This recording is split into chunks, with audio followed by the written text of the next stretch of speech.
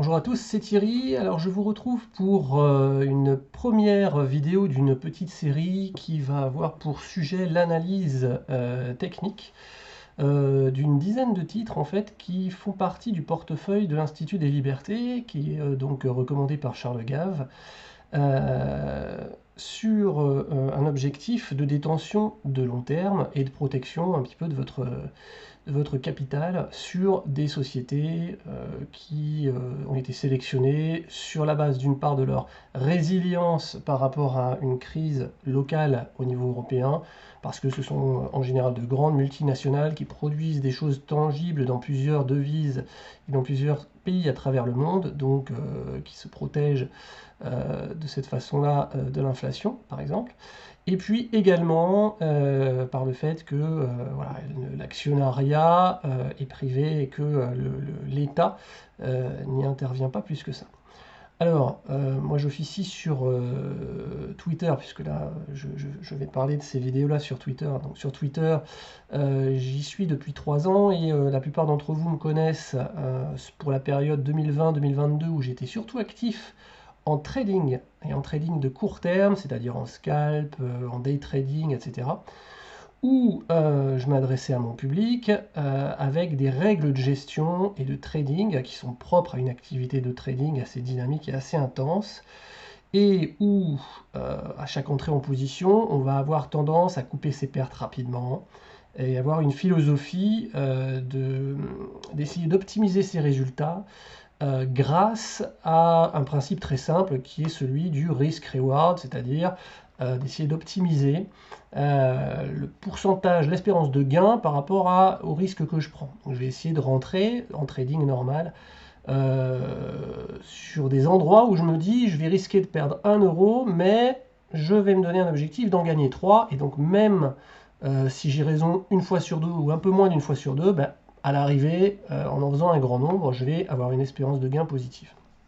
Donc là, je m'adresse à un public plus large, qui va avoir beaucoup moins le temps et qui est beaucoup moins formé au trading, et sur lequel la philosophie n'est pas la même. La philosophie, c'est encore une fois d'avoir une tendance à conserver une partie de son capital pour le mettre à l'abri. Donc on ne va pas s'amuser à regarder tous les jours et à commencer à faire des dizaines d'opérations, j'achète, je vends, etc. Parce que là, c'est le meilleur moyen de perdre son argent assez rapidement. Donc les principes que je vais poser dans cette première vidéo avant d'arriver sur la première valeur sont vraiment importants pour ceux qui me regardent. Le premier principe, c'est vraiment celui d'un investissement beaucoup plus long terme et de la conservation pardon, de ces valeurs avec, si on décide de mettre un stop loss, ça va être quelque chose de plus éloigné, je dirais, du prix dans lequel on rentre en position au départ pour les plus audacieux. Bon, je vais y revenir. Et voilà, donc ça c'est vraiment important. Alors je vous rappelle de toute façon que je ne suis pas conseiller financier et que dans ces vidéos je vais uniquement traiter de la partie analyse technique, analyse graphique, mais également en me mettant à la place de ce que je ferais dans ces conditions à titre personnel. Donc prenez ça comme un partage, mais absolument pas comme un conseil d'acheter et de vendre. J'aurais pas le droit d'ailleurs de vous donner ce genre de conseil. Et donc vous êtes entièrement libre de vos décisions d'entrer ou de sortir du marché. Alors, ces choses-là étant rappelées, la première chose que je me dirais en tant qu'investisseur qui veut rentrer, c'est déjà, ok, pour l'instant, je ne suis pas en fait en position, je n'ai pas de titre, j'ai une somme de cash, par exemple, on va dire j'ai 100 000 euros. Et ces 100 000 euros, je vais vouloir les placer et je vais tout de suite avoir une question, c'est est-ce que j'achète tout? Est-ce que je rentre sur, par exemple, Charles Gave vous donne une dizaine de titres, est-ce que je prends en position de départ, paf, 10 000 euros sur 10 valeurs, et du jour au lendemain, j'ai constitué un portefeuille où il y a 0% de liquidité, 100% de titres, et puis on verra bien. Alors, la difficulté de cette question, c'est de se dire, si j'achète mes titres à 100% tout de suite, selon l'endroit où je me trouve, comment est-ce que je vais réagir si jamais le marché commence à corriger et commence à perdre sur l'ensemble des valeurs, parce que l'indice au global descend. Il est très difficile de résister pardon, à des pertes potentielles. Il faut vraiment que vous évaluiez bien ce que vous êtes prêt à, à risquer, surtout dans une perspective d'investissement. Vous n'allez pas mettre un stop loss rapproché si vous décidez de rentrer là immédiatement au jour J pour commencer à vous protéger, même si ce n'est pas 100% de vos titres. Donc la façon de... Moi je l'ai vu par exemple pour le rallye sur l'or, quand l'or a commencé à redescendre et que tout le monde était acheteur. La philosophie de la plupart, c'était de toute façon ça monte, de toute façon c'est une protection, et à l'arrivée, il y en a beaucoup qui ont vendu pas loin des plus bas, en jetant l'éponge, en se disant bon j'ai perdu 25%, je ne sais pas quand ça va s'arrêter, ça suffit. Donc attention à votre vulnérabilité et à votre approche du risque par rapport à ça. Alors sur l'écran que vous allez avoir devant les yeux, vous avez plusieurs unités de temps, sans rentrer trop dans les détails de trading. Moi j'utilise une méthode en fait qui va aller regarder du plus long terme au plus court terme les différents niveaux d'approche. Par rapport à tout ce que je viens de vous dire, l'optique que je vais avoir par rapport à cette entrée ou pas, cette espèce de tout ou rien, qui ne me satisfait pas, parce que si évidemment je n'ai rien, je n'ai que du cash et que je décide d'investir 10 000 € sur 10 titres, je vais me retrouver du jour au lendemain avec 100% d'investis au tenté parce que j'ai décidé que c'était le moment de me protéger. Et puis, selon l'endroit où se trouve le marché, si j'ai une correction, eh bien, je vais psychologiquement subir et je risque même de me transformer en perdant parce que psychologiquement, je ne supporterai pas la perte à l'instant T. Donc, pour se protéger de ça, ce que je vais essayer de faire dans les analyses qui viennent, c'est d'identifier pour les valeurs. Alors ici, là devant vous, vous avez le CAC 40. C'est juste pour vous montrer que le CAC 40, vous voyez, vous avez des oscillations importantes. On a sur les 20 dernières années.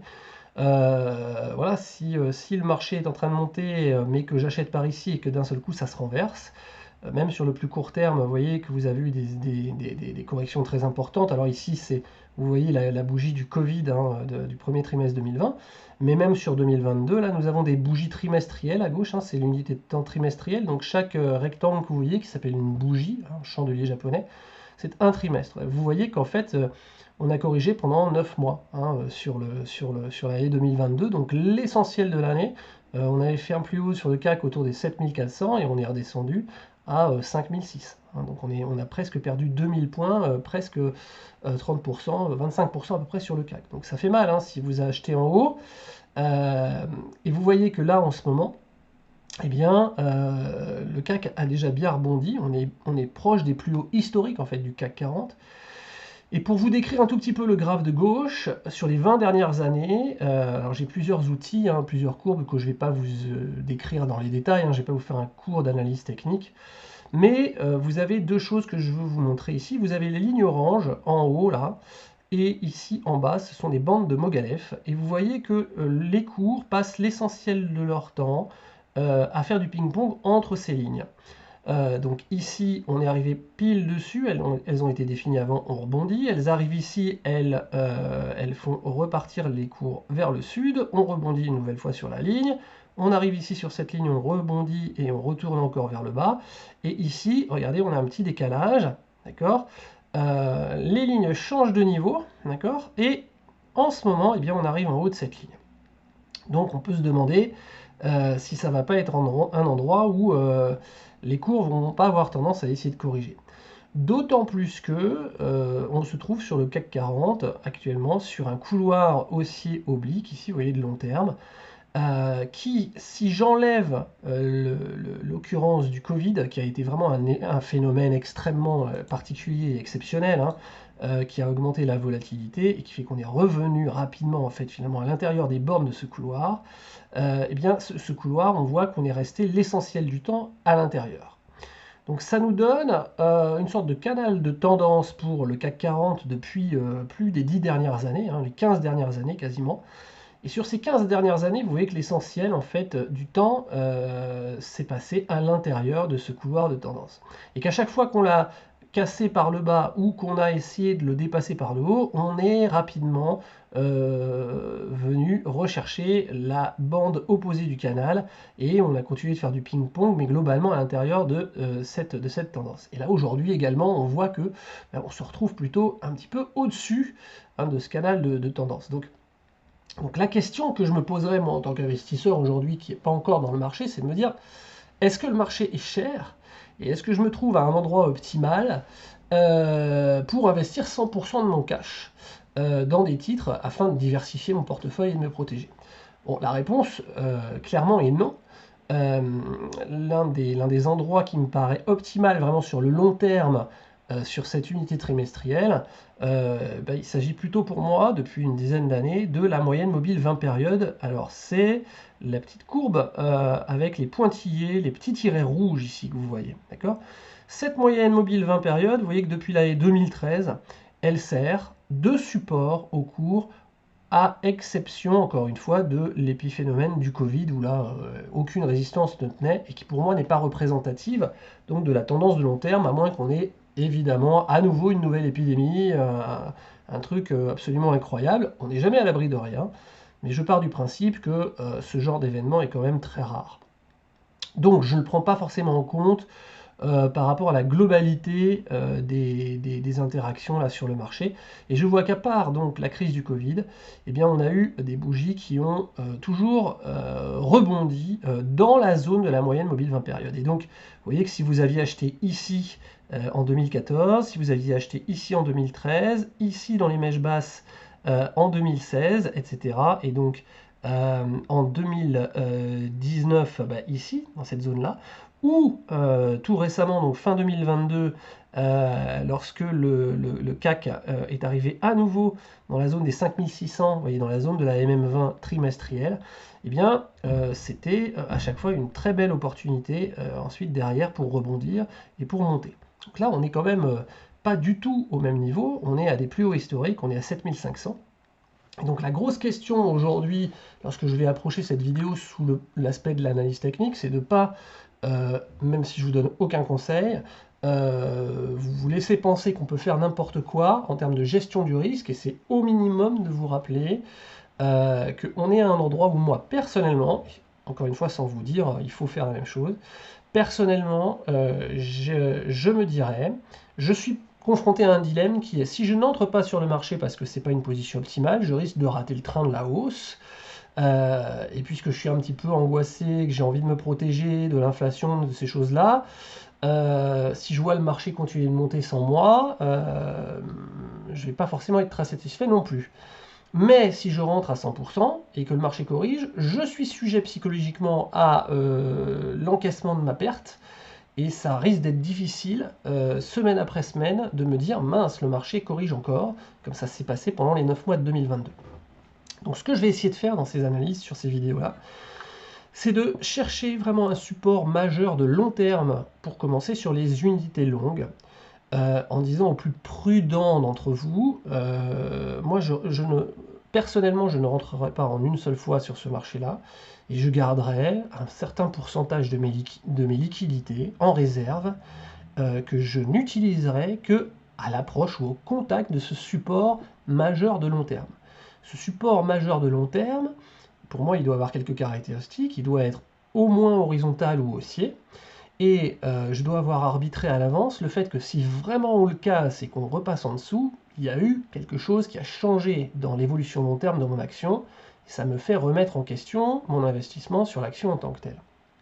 Le fait de garder une partie de mon capital en réserve pour ce support de long terme me met à l'abri d'une perte trop importante et va me permettre, si je décide sur des unités de temps un petit peu inférieures, l'unité de temps mensuelle qui se trouve actuellement à la droite là, ou l'unité de temps hebdomadaire que je vous montrerai après, si je décide d'investir sur des supports qui sont plus hauts, qui sont plus proches des niveaux actuels, sur ces unités de temps inférieures, je ne vais pas brûler l'intégralité de mon cash.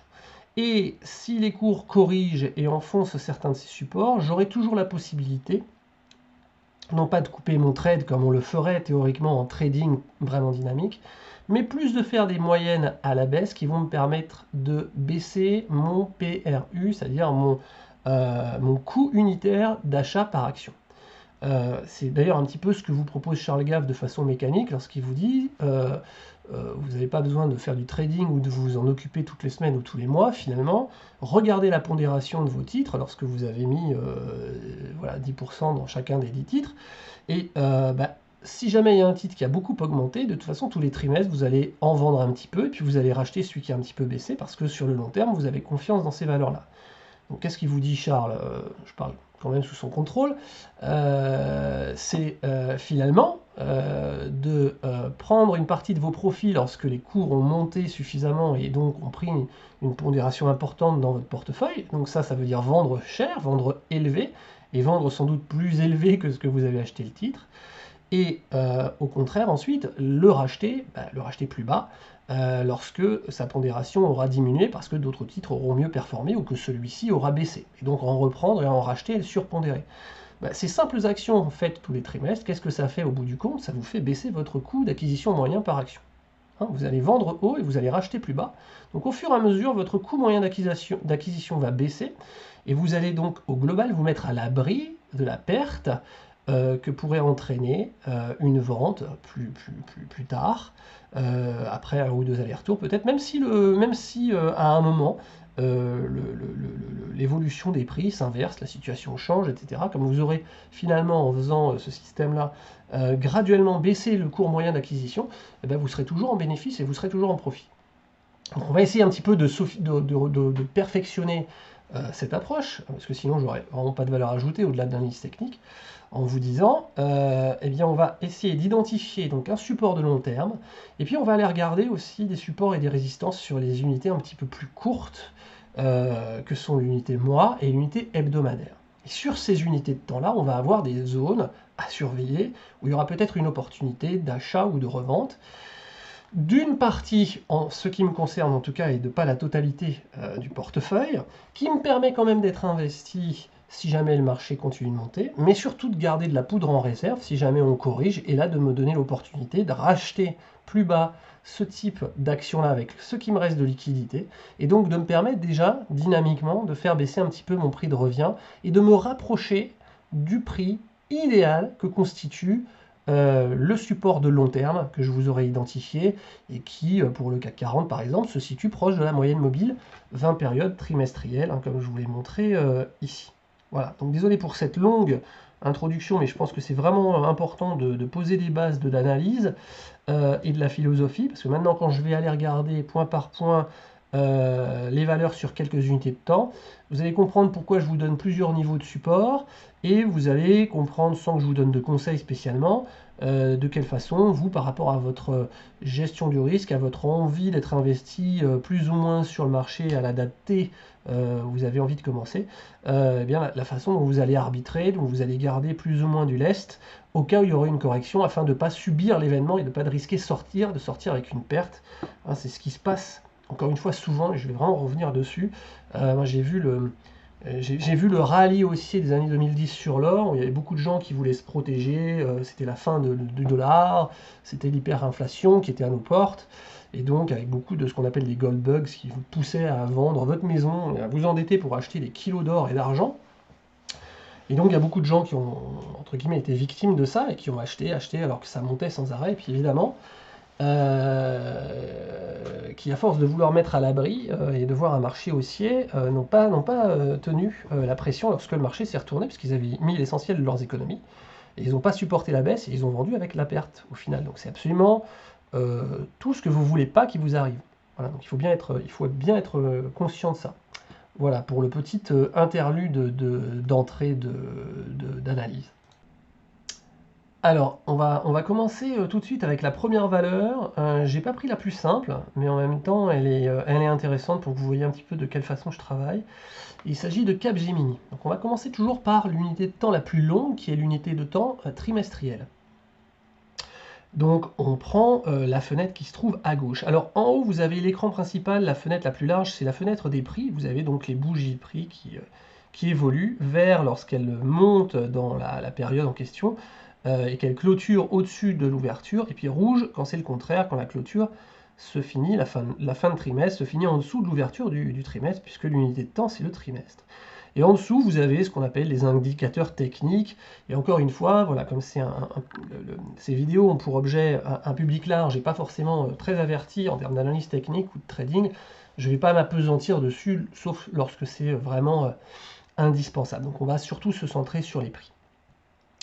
Donc la première chose qu'on voit sur Capgemini, c'est que c'est une action qui finalement sur le long terme est assez volatile. Il y a beaucoup de hockey et de soubresauts. On voit qu'elle a atteint 350 € à un moment et puis qu'elle est descendue jusqu'à 12. Donc vous imaginez si vous aviez acheté là-dessus, en plein rallye haussier, en pleine euphorie, en train de vous dire que ça ne pouvait que monter. Et donc la difficulté de Capgemini, c'est qu'il y a quand même pas mal de volatilité historique. Alors, une première chose que j'aime bien faire sur les unités longues, moi, pour situer un petit peu le terrain de jeu, c'est de prendre vraiment le prix le plus bas, le prix le plus haut, et de le découper en 4. Là, je l'ai fait uniquement en 2, hein. Je vous ai mis la moitié qui est à 180,50.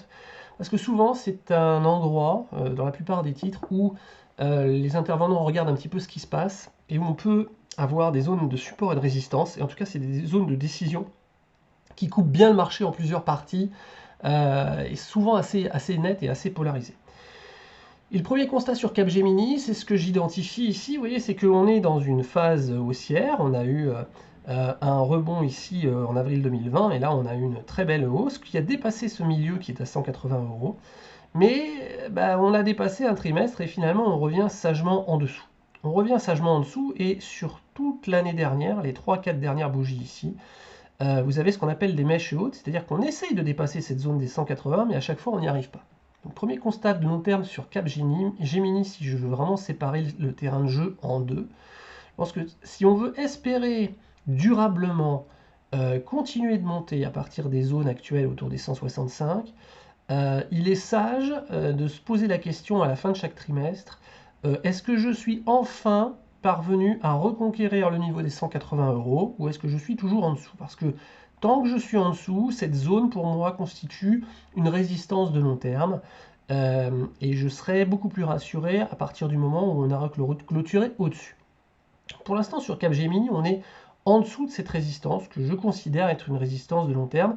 On a essayé de la franchir parce qu'il y avait une espèce de momentum, hein. Le momentum, c'est la dynamique de la tendance des dernières bougies. Donc là, comme ça montait, il y a eu des acheteurs et on voit que ces acheteurs, là, ils ont été stoppés net et qu'on est revenu très rapidement à l'échelle évidemment trimestrielle, donc en une ou deux bougies, on est revenu très rapidement en dessous de cette zone des 180 et depuis on n'arrive pas, hein, depuis 3-4 bougies, donc presque un an, on n'arrive pas à la redépasser. Donc ça c'est un signe assez important et vous voyez c'est une zone que j'identifie tout bêtement en coupant le terrain de jeu en deux ici.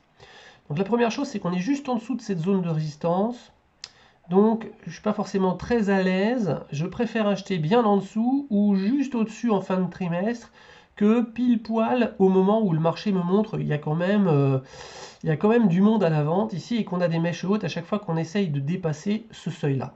Donc le 30 juin arrive et je regarderai moi avec beaucoup de vigilance où est-ce qu'on se trouve sur Capgemini par rapport à cette zone-là. La deuxième chose que je veux vous montrer sur Capgemini en unité de temps trimestrielle, c'est que une fois encore, hormis la chute sur les bougies qui sont ici, hein, les bougies du Covid en fait, eh bien la tendance globale, c'était une tendance au départ de remonter sur et à l'intérieur de ce couloir violet oblique. On voit bien le nombre de supports ici répétés qui ont donné un tracé qui a permis deux rebonds ensuite juste avant et juste après le Covid d'ailleurs, ici avec la petite mèche basse, vous voyez en janvier 2019, enfin premier trimestre 2019, et puis ici au dernier trimestre 2020, on a deux mèches basses. Bon. Et si je fais la parallèle à ce support oblique, on se retrouve avec une résistance ici qui passe également par les zones de haut de prix avant le début de correction. Donc on est dans un couloir de tendance haussier et je vous le montre parce que vous voyez que lorsqu'on a eu cette exubérance haussière finalement et qu'on est redescendu, corrigé un petit peu, eh bien l'ancienne résistance de ce couloir est validée une fois de plus par ce qu'on appelle une inversion de polarité en analyse technique. Je vais quand même rentrer dans 2-3 petits détails. Ce qui constitue un support en bourse, en analyse technique, une fois qu'il a été cassé à la baisse, devient une résistance. Et ce qui était une résistance devient, par inversion de polarité, un support. Donc en fait, la résistance qui était ici, eh bien, elle devient un support. Et bien regardez, effectivement, c'est un support, et on s'est arrêté dessus, dans la zone de ce support, depuis 3-4 bougies, et on tient aussi. Donc là, en trimestriel, et pour peaufiner le terrain de jeu, on a immédiatement au-dessus de nous une résistance à 180 sur Capgemini, et immédiatement en dessous, une résistance qui est matérialisée par le haut de ce support. On a immédiatement en dessous un support, excusez-moi, qui est matérialisé par le haut de ce couloir. D'accord? Donc en fait, là, on a une première zone de support. Pour les plus dynamiques et pour ceux qui veulent initier une position sur Capgemini, c'est là qu'il faut regarder ce qui se passe sur les unités un petit peu inférieures. Donc là, moi, je prends mon cas personnel et je ne donne absolument pas de conseil d'achat, mais c'est sur cette zone-là que je vais aller regarder, là, tout de suite, dans les unités inférieures un peu plus en détail. Est-ce que j'ai pour moi une opportunité ou pas de rentrer, etc. Si jamais je prends une position partielle à ce niveau-là, il faut que j'ai bien conscience que mon support majeur, il est encore en dessous. J'ai deux autres niveaux de support pour moi apparents en unité trimestrielle sur Capgemini aujourd'hui. C'est d'abord la moyenne mobile 20 périodes ici, parce que d'une part elle est haussière, d'autre part elle est suivie par beaucoup d'intervenants. Vous voyez qu'elle a servi de rebond ici lorsqu'on est dans une phase haussière. Et c'est le cas, on est dans une phase haussière malgré la correction qui a eu lieu. Alors qu'est-ce que j'appelle une phase haussière? C'est une phase où non seulement la moyenne mobile 20 périodes est haussière, mais où également vous avez les bandes de Bollinger qui sont haussières. Les bandes de Bollinger, c'est également un outil d'analyse technique que j'utilise beaucoup, qui sont ces courbes que vous voyez en vert quand elles montent, en rouge quand elles descendent. Et donc là, vous voyez qu'elles sont toutes les deux en verte. Et donc ce sont des enveloppes de volatilité. Le principe de ces bandes, c'est de dire que donc elles ont été créées par John Bollinger en anglais.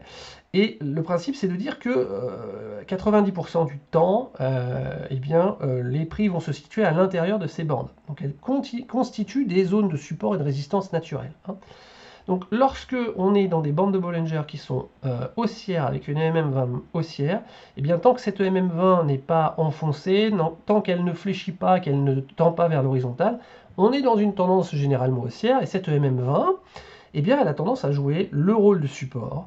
D'accord? Je pourrais rentrer encore plus dans les détails avec une autre courbe qui est ici et de parler de nuages. Bon, pour ceux qui font de l'analyse technique, ici on a une EM à 15. Et entre guillemets, mon nuage, moi, c'est cette zone support, cette zone tampon qui est entre la MM20 et le MA15. Et souvent d'ailleurs, quand on dépasse par excès, vous voyez la bande de Bollinger, ici, supérieure, vous voyez, on a dépassé la bande, eh bien on a souvent une force de rappel vers la MM20. Et cette force de rappel, eh bien, elle a eu lieu en 2022. Et étant donné qu'on est dans des unités trimestrielles, bah, ça a duré toute une année. Je peux vous dire que toute une année, quand vous avez des positions et que vous voyez toutes les semaines les cours baisser, et que vous êtes en perte de 20% par rapport à votre prix d'entrée, ça c'est dur psychologiquement et ça fait mal. Donc voilà, c'est pour ça que je vous dis encore une fois, se protéger c'est bien, rentrer en une seule fois sur les cours actuels, faites bien attention à est-ce que vous êtes capable d'assumer le risque et la perte et de ne pas vous retrouver perdant en vendant nettement au final, ce qui est vraiment la chose que j'espère pour vous qui ne vous arrivera jamais. Donc ici, si je décide de prendre une petite position sur cette zone support, en regardant les unités inférieures, je garde de toute façon, moi, de la poudre au sec, au cas où on casserait ce support et on descendrait vers la MM20. Ou, si on casse la MM20, on descendrait encore vers le bas de cette zone de support de long terme. Et là, vous voyez, effectivement, on est dans une zone qui me paraît beaucoup plus confortable sur le long terme pour Capgemini, qui est dans la zone des 120 €. On se trouve à la fois sur une zone de polarité horizontale ici, parce que vous voyez, cette bande rectangulaire, elle correspond à un grand nombre de plus hauts, de mèches hautes, là, sur les bougies que vous avez ici. Donc c'était une résistance, et donc ça devient support. Et cette zone support, eh bien, elle vient s'aligner avec le support oblique haussier qui se trouve ici. D'accord?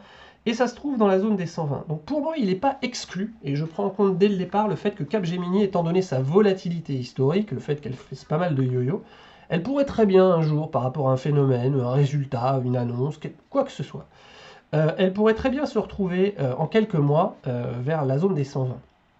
Donc si moi je décidais d'acheter tout sur la zone des 160, 165 comme maintenant, encore une fois, comme je vous l'ai dit au début de la vidéo, j'ai deux possibilités. Soit je raisonne en termes de trading et je vais me dire, ok, je me fixe un objectif tout de suite et je vais essayer d'avoir un objectif qui me garantisse un multiple de gains par rapport au risque que je prends. Donc je vais mettre un stop loss assez court. Mais là, on est en train de parler de trading dynamique où je vais être obligé de surveiller mes cours, de rentrer, de sortir, de travailler ma position, etc. Et là, dans ce type de vidéo, c'est pas l'objet. Dans ce type de vidéo, je me mets dans la peau de quelqu'un qui ne veut pas faire des milliers d'allers-retours, qui veut avoir une gestion tranquille de son portefeuille et qui va donc plutôt avoir tendance à essayer de baisser son PRU, de faire quelques moyennes à la baisse vers un seuil et un support de vraiment long terme qui représente a priori une opportunité où il ne va pas trop se faire mal en achetant proche de ces niveaux-là. Donc avec cette philosophie-là, je vais, disons, partager mon risque pour acheter un petit peu vers 165, 160, mais plutôt, c'est d'ailleurs plutôt, on est plutôt vers 158, 160, là, excusez-moi. Et puis on gardait un petit peu vers la zone des 140, vous voyez ici, et puis on gardait une partie pour la zone des 120 parce qu'il n'est pas exclu que je redescende vers les 120 euros. Hein, voilà toute l'histoire. Donc pour moi, le support principal de long terme, l'opportunité principale, se trouve vers les 120 euros. Mais comme on n'est pas sûr qu'on va y retourner, ni quand, et que je veux peut-être participer ou protéger une partie de mon portefeuille, je vais aller regarder maintenant ce qui se passe sur cette zone des 155 et sur cette zone des 140. Et pour ça, je vais regarder les unités de temps inférieures, donc je vais aller regarder l'unité de temps mensuelle ici. L'unité de temps mensuelle, on voit quoi? On voit que suite à ce mouvement de hausse important, eh bien, on se retrouve finalement dans un couloir baissier que j'ai matérialisé ici par les obliques vertes, où au fur et à mesure, on a des plus hauts de plus en plus bas, et des plus bas de plus en plus bas. Et ça s'appelle une tendance baissière sur cette unité de temps-là. Donc en unité de temps mensuelle, vous voyez qu'on est dans un mouvement de correction, où vous voyez d'ailleurs que les bandes de Bollinger ne sont plus haussières, hein. Elles ont convergé à un moment, et puis maintenant même elles sont limite baissières toutes les deux, il y a pas mal de rouge, et les prix ont tendance à baisser. La moyenne mobile 20 périodes en rouge ici qui était haussière, est en train de devenir horizontale, et puis surtout maintenant elle est au-dessus des cours, c'est-à-dire qu'elle est devenue elle-même une résistance. D'accord? Donc, on est beaucoup plus neutre sur cette tendance mensuelle ici, d'accord? Et vous voyez qu'on a une zone, donc la première zone dont je parle, c'est la zone des 155 ici, qui est en haut, d'accord, qui est sur le MA 15. Quand je regarde la tendance en mensuel, alors, je peux prendre éventuellement, prendre le risque de prendre une petite ligne ici parce que je vois que j'ai des rebonds, j'ai des forces acheteuses à l'horizontale ici depuis quelques bougies mensuelles, effectivement, on voit qu'on a des mèches basses. Mais en même temps, voilà, pour moi, le ciel n'est pas dégagé, on a ce couloir un petit peu baissier qui peut se transformer plus tard dans ce qu'on appelle un drapeau haussier. Alors un drapeau, c'est quoi? C'est quand on a une première jambe de hausse comme ça, on appelle ça une jambe ou une vague, hein, un premier mouvement haussier, et puis que on est dans un mouvement de correction à l'intérieur de ce couloir oblique baissier. Alors un drapeau, c'est à partir du moment où on arrivera à sortir par le haut de cette résistance baissière ici, à ce moment-là, l'analyse technique et graphique, plutôt théoriquement, nous dit on peut reporter la performance, l'amplitude de ce mouvement-là, d'accord, au bas du début du mouvement haussier, le reporter, ça nous donne un objectif théorique de sortie. Donc vous voyez qu'il y aurait effectivement un beau potentiel si jamais on arrive à en sortir par le haut. Pour l'instant, on n'en est pas là. Donc on a une zone de support ici, dans la zone des 155, mais bon, voilà, je vois que tant sur l'unité trimestrielle, ça peut avoir du sens de mettre un petit ticket, hein, et encore une fois, je parle en mon nom, mais certainement que je ne vais pas mettre toutes mes cartouches sur Capgemini dans un contexte où, en mensuel, on m'indique bien là que j'ai plutôt tendance à avoir une érosion des cours vers le sud. Donc, j'ai quand même resté prudent. Et en allant regarder l'unité de temps encore inférieure, c'est l'unité de temps hebdomadaire, je m'aperçois que depuis plusieurs mois maintenant, on est dans une configuration tout à fait neutre. Je vous ai mis la zone support ici à l'horizontale. Vous voyez, en fait, on la voit parce que même quand on montait ici pendant à peu près 2 mois, on s'est retrouvé à faire du ping-pong et à s'appuyer et à valider cette zone support des 150. Alors ça, c'est assez typique. Vous avez des paliers hein, lorsqu'on monte rapidement, souvent. On est monté, on arrive des 110, on prend, si je descends encore, on arrive des 100, hein, on prend 50% de hausse. Et là, 50% de hausse, les acheteurs ont quand même besoin de se rassurer et de voir si y a quand même un support juste en dessous ou si il y a un ravin, quoi. Et donc là, on voit bien le mouvement de pause où on s'appuie sur cette zone des 150. Et globalement, entre 150 et 155, ici, on a ce qu'on appelle la mémoire du marché. C'est-à-dire que quand on redescend vers cette zone-là, eh bien, il y a un mouvement de rebond. Pareil, c'est l'inversion de polarité de la résistance ici et la validation du support qui est là. On est devenu zone support entre 150 et 155. Cette zone support, elle nous a permis plusieurs fois de rebondir, mais on voit que globalement, depuis juillet 2022, elle ne nous permet plus de dépasser la zone des 190. Et que globalement, on est dans un range horizontal en hebdo, ici, sur Capgemini. Regardez les vagues que font les cours ici, hein, on monte en haut, on redescend, on remonte, on redescend, on remonte, on est entre 150 et 190. Et ces vagues, en fait, sont synchrones avec un indicateur technique qui est en dessous, qui s'appelle la puissance cycle. Regardez, le cycle monte en zone de surachat, le prix monte, elle redescend, le prix redescend, etc. Donc là, on est clairement dans une tendance que j'appelle moi une tendance neutre. La MM20, la moyenne mobile 20 périodes, elle oscille entre hausse et baisse, elle fait des petites oscillations. Les bandes de Bollinger n'ont plus vraiment de direction, elles montent, elles descendent, elles convergent, elles sont à peu près sur le même écart. Et donc, c'est un petit peu le no man's land, en fait, entre 150 et 190. Donc, pour ceux qui sont le plus dynamiques, moi, personnellement, sur des unités un petit peu courtes, si j'ai la possibilité de gérer mon portefeuille, non pas une fois par trimestre, en y jetant un coup d'œil 3 fois par an, mais plutôt de façon déjà plus dynamique, une fois par semaine, le week-end, alors, je me dis, tant que je suis dans un range, pourquoi pas prendre l'opportunité, mettre un ticket dans cette zone des 155, 160, vous voyez, mais autour des 155, en espérant qu'on va refaire un passage vers les 190, puis tant qu'on y reste, eh bien, acheter un peu à 155, revendre une partie, prendre une partie de mes bénéfices pour faire baisser mon PRU aux alentours de 190, et puis voilà. Tant qu'on reste dans ce mouvement-là et que je peux surveiller toutes les semaines où on en est, pourquoi pas prendre un ticket maintenant. Si c'est pour un investissement de plus long terme où je ne vais pas avoir la possibilité, où je vais regarder plutôt une seule fois tous les mois, alors je repasse en unité mensuelle, et en unité mensuelle, je me dis, Coco, c'est pas vraiment super là pour l'instant, on est dans un mouvement de correction et je ne sais pas jusqu'où il va s'arrêter. Je ne sais pas si on va enfoncer à terme ou pas cette zone des 155. J'ai pas vraiment de signal de force des bulles non plus. Voilà, donc j'aurais plutôt tendance à temporiser. Donc vous voyez que l'investissement et le ticket d'entrée que je vais mettre dans chacune des valeurs, personnellement, et encore une fois sans aucun conseil, ça va dépendre de ma gestion du risque et puis aussi de ma disponibilité à regarder et à faire des allers-retours sur les différentes valeurs par rapport aux différentes unités de temps. Donc selon que je vais regarder une seule fois par trimestre, ou une fois par mois, ou une fois par semaine, je ne vais pas forcément faire les mêmes arbitrages. Mais en tout cas, ça va me permettre de gérer mon risque et d'essayer de réduire toujours mon PRU. Donc voilà, ce sera tout pour aujourd'hui parce que j'ai fait une vidéo vraiment longue là pour le coup avec ces 20 minutes d'introduction sur le risque et mes avertissements. Donc on va en rester là pour Capgemini. Vous pouvez me dire ce que vous en pensez déjà si vous êtes toujours là à la fin de la vidéo.